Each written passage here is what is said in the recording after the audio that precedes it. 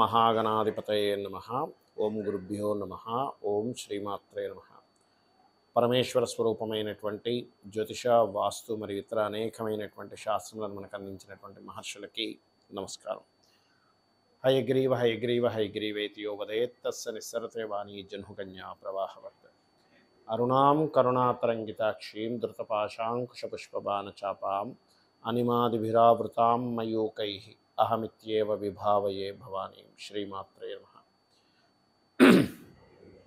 ప్రేక్షకులకి ఆ లలితాంబిక అమ్మవారి యొక్క అనుగ్రహం పరిపూర్ణంగా కలగాలని మనస్ఫూర్తిగా కోరుకుంటూ మనం ఈరోజు చెప్పుకోబోయేటువంటి టాపిక్ ఏమిటంటే, ఒక్కొక్క జాతకుడు ఒక్కొక్క విషయం వల్ల ఎఫెక్ట్ అవుతూ ఉంటాడు అతని లైఫ్లో. కొంతమందికి బ్లాక్ మ్యాజిక్ వల్ల కానివ్వండి, లేనట్లయితే కొంతమంది దృష్టి దోషం వల్ల కానివ్వండి, లేనట్లయితే మరి కొంతమందికి వాళ్ళ జన్మజాతకంలో ఉన్నటువంటి మహాదశ అనుకూలించకపోవడం వల్ల కానివ్వండి, వాళ్ళు పూర్వజన్మలో చేసుకునేటువంటి కర్మ వల్ల జరుగుతూ ఉంటాయి ఇవన్నీ కూడా. అయితే ఏ లగ్నం వారికి వేటి యొక్క ప్రభావం ఎక్కువగా ఉంటుంది వాళ్ళ జీవితంలో అనేటువంటి విషయాలు మనం ఇప్పుడు ఒక్కొక్క లగ్నాల రీత్యా చెప్పుకుందాం. అదేవిధంగా వారికి కొంతమందికి జాతకం ఉండదు, మరి అలాంటి వాళ్ళు ఏ ఉపాసన చేసుకుంటే దాని నుంచి బయటపడతారు.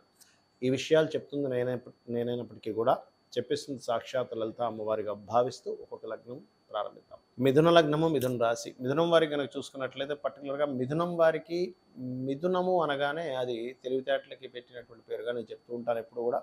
ఆ లగ్నం వారికి పర్టికులర్గా మీ యొక్క పూర్వజన్మ కర్మ ఏ గ్రహం ద్వారా కనెక్ట్ అయి ఉంటుంది అంటే కుజగ్రహం ద్వారా కనెక్ట్ అయి ఉంటుంది. కుజుడే పూర్తిగా ఆ యొక్క దీనికి కనెక్ట్ అవుతాడు. అంటే ఏమిటి? ఆవేశము, గొడవ, వీటి వల్లే వీళ్ళకి లైఫ్లో అనవసరంగా పాడు చేసుకుంటూ ఉంటారు, గుర్తుపెట్టుకోండి. అలాగే మరొక విషయం ఏంటంటే, ఇక్కడ ఒకటి ఈ లగ్నం వారికి కుజుడి యొక్క ప్రభావం కనుక బాగుంటే కాంపిటీషన్స్లో రాణించడం కానివ్వండి, స్పోర్ట్స్లో రాణించడం కానివ్వండి ఖచ్చితంగా జరుగుతుంది, అందులో ఎటువంటి సందేహం లేదు. కానీ వీళ్ళ కుజుడు ఏమాత్రం పాడవడం అంటే పాపగ్రహాలతో కలిసి ఉన్నాడు అన్నప్పుడు వీళ్ళు ఏమైపోతుందంటే చిన్న చిన్న గొడవల్లోకి ఎంటర్ అయ్యి అది పెద్ద గొడవగా మారి అది పోలీస్ స్టేషన్స్కి వెళ్ళి, అంటే కర్మంతా దానికి కనెక్ట్ అయి ఉంటుంది. మరి నిత్య జీవితంలో చేసేటువంటి వాటిల్లో కూడా ఒక్కోసారి మనం ఏదో ట్రాఫిక్లో వెళ్తూ ఉంటాం, ఎవడో ఏదో అన్నం వల్ల అదో పెద్ద గొడవ అయిపోయి అది ఇతని లైఫ్ని డిస్టర్బ్ చేసేలాగా తయారవుతూ ఉంటుంది. కాబట్టి ఏంటంటే ఇవన్నీ కూడా ఈ రకంగా దీని ప్రభావం అనేటువంటి చూపిస్తూ ఉంటుంది. అలాగే మరొకటి ఏంటంటే ఇక్కడ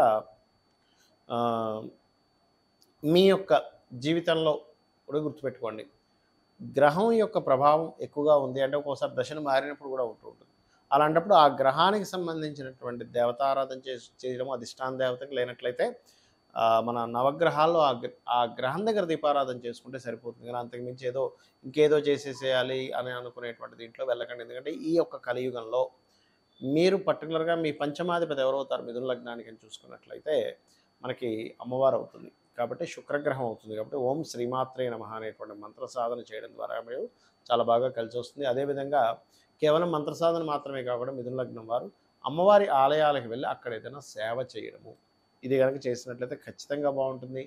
మరియు మరొక విషయం ఏంటంటే, ఇక్కడ ఈ చంద్రుడు కూడా పాప అవుతాడు సర్వసాధారణంగా చెప్పాలని. కాకపోతే లగ్నాత్ పరాశర మహర్షి చెప్పినటువంటి శుభులు పాపలు అయినప్పటికీ కూడా కొన్ని పోర్ట్ఫోలియోస్ మీకు కలిసి వచ్చినప్పుడు ఆ పాపగ్రహమే శుభ ఫలితాలు కూడా ఇస్తుంది, ఆ శుభగ్రహమే పాప ఫలితాలు కూడా ఇస్తుంది. కాబట్టి ఏంటంటే మీ పర్సనల్ చార్ట్లో అసలు ఏ గ్రహం ఏ ఫలితాలు ఇస్తుంది అనేటువంటి దాని మీద ఒక క్లారిటీ పెంచుకోండి.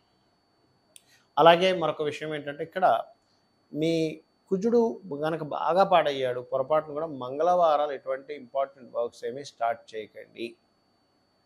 మరియు ఇంపార్టెంట్ వర్క్స్ వెళ్ళేటప్పుడు రెడ్ కలర్ డ్రెస్సెస్ వేసుకోకండి, ఎందుకంటే దాని ప్రభావం వస్త్రంతో సంబంధం కలిగి ఉంటుంది. అందుకే చూడండి, మనం కలశాలది పెట్టేటప్పుడు నవగ్రహ ఆరాధన కానీ ఇంట్లో కలశం పెట్టేటప్పుడు ఏం చేస్తాం, దాని మీద వస్త్రం పెడతాం. ఎందుకు? వస్త్రం ద్వారా దాని ఎనర్జీ అనేటువంటి తీసుకుంటుంది. అందుకే ఈ డ్రెస్ రిలేటెడ్ సంబంధించిన విషయంలో కూడా చూసుకోండి. కొంతమందికి లగ్నం కానీ నక్షత్రం కానీ రాశి కానీ తెలియదు, మరి అలాంటి వాళ్ళు ఏం చేయాలి అంటే, వాళ్ళ జన్మజాతకంలో ఎప్పుడైనా ఒకటే గుర్తుపెట్టుకోండి, రుణాల బాధలు, శత్రు బాధలు, అదేవిధంగా రుణ రోగ బాధలు, అంటే రుణ రోగ శత్రు బాధలు, ఈ 3 బాధల నుంచే ఫస్ట్ మొట్టమొదటిగా విముక్తి పొందుదామని చూస్తూ ఉంటారు ప్రతి జీవి కూడా. అయితే ఈ యొక్క అంశం అనేటువంటి ప్రతి జీవికి ఉంటుంది, మనుషుడికి మాత్రమే కాదు. మరి ఈ జాతకం తెలియనప్పుడు ఏం చేయాలి అంటే, సూర్య ఆరాధన అన్నిటికంటే ముఖ్యమైనటువంటి సూర్య ఆరాధన చేయండి. రెండవది ఏంటంటే మీకు ఇష్టదైవం ఎవరైనా ఉంటారు. అంటే శివుడు కావచ్చు, నారాయణుడు కావచ్చు, అమ్మవారు కావచ్చు, ఎవరైనా కావచ్చు గుర్తుపెట్టుకోండి. ఒకటే వాళ్ళ యొక్క నామస్మరణ తీసుకొని వాళ్ళ మంత్ర సాధన చేస్తూ ఉండండి రెగ్యులర్‌గా.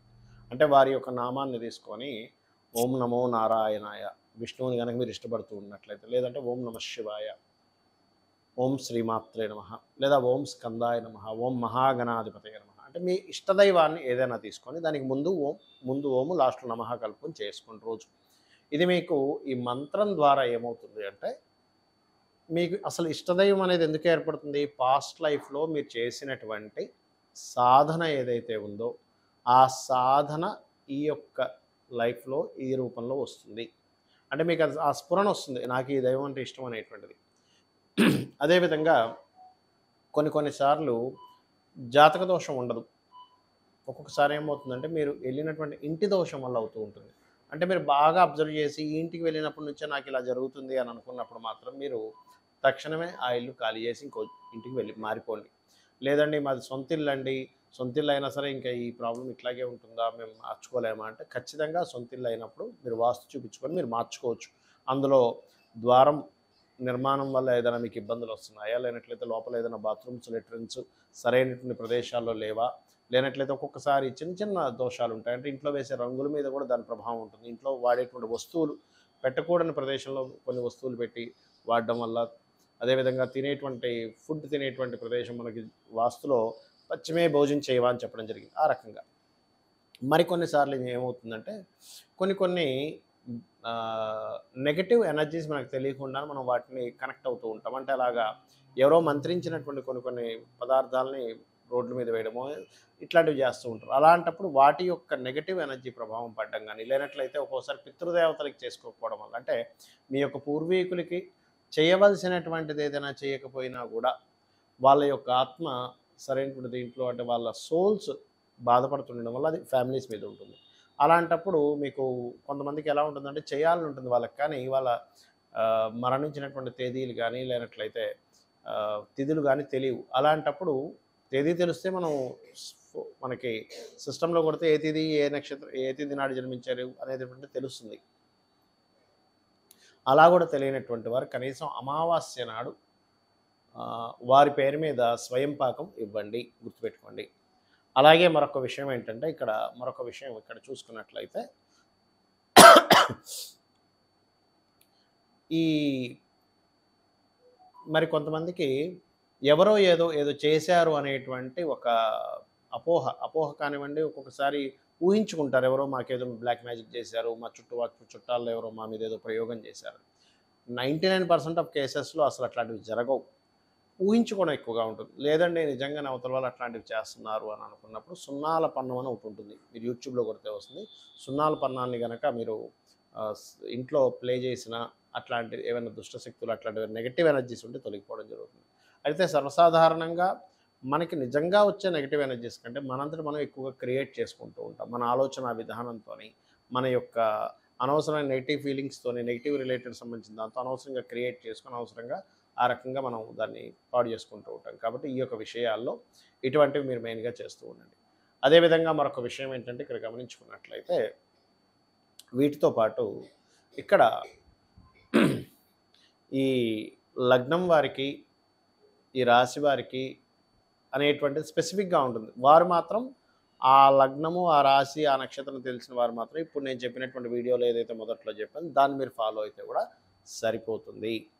ఇక కొన్నిసార్లు ఏమవుతుందంటే దశ బాగోదు. అంటే మహాదశ మారినప్పటి నుంచి ఇబ్బంది వస్తుంది. అలాంటప్పుడు ఆ మహాదశ నాదుడికి వెళ్ళి మీరు ఆ గ్రహానికి చక్కగా మీరు దీపారాధన చేయడము, లేనట్లయితే ఆ గ్రహ సంబంధించిన దానం ఇవ్వడం చేయండి. గోశాలకు రెగ్యులర్‌గా వెళ్తుంటే కూడా మీకు ఉండేటువంటి పూర్వజన్మ కర్మ అనేటువంటిది తొలగుతుంది. గోశాలకు వెళ్ళి ప్రధానంగా మీరు బెల్లం గోవులకు తినిపించడము, అదేవిధంగా ఎక్కువ అప్పులు ఉన్నటువంటి వారు గోంగూర గోవుకు తినిపించి ఓం అపర్ణాయ నమః అనేటువంటి మంత్రాన్ని గోశాలలో కనీసం ఒక 40 నిమిషాల నుండి గనక చేస్తున్నట్లయితే త్వరగా మీ అప్పులు తీరేటువంటి ఛాన్సెస్ ఎక్కువగా పెరుగుతాయి. అదేవిధంగా మరింత ఎక్కువగా శనికి సంబంధించిన దోషాలు ఎక్కువగా ఉన్నాయండి, చాలా పీడన అనుభవిస్తున్నాం అనుకునేటువంటి వారు మూకుల్లో ఒక నూనె వేసి, ఆ నూనెలో మీ ఫేస్‌ని చూసుకొని ఆ నూనెని శివాలయంలో దీపారాధన కోసమని ఇవ్వండి. ఇచ్చినట్లయితే మీకు ఆ దోషం అనేటువంటి తొలగుతుంది. ఇది కూడా శనివారం చేయండి. ఖచ్చితంగా మరింత ఎక్కువ దోషాలు ఉన్నాయనుకునేటువంటి వారు లలితా సహస్రనామాల్లో ఓం అనాకలిత సాదృశ్య చుబుక శ్రీ విరాజితాయే నమః అనే నామస్మరణ చేయండి. ఖచ్చితంగా అన్ని విధాలా బాగుంటుంది. శ్రీమాత్రే నమః.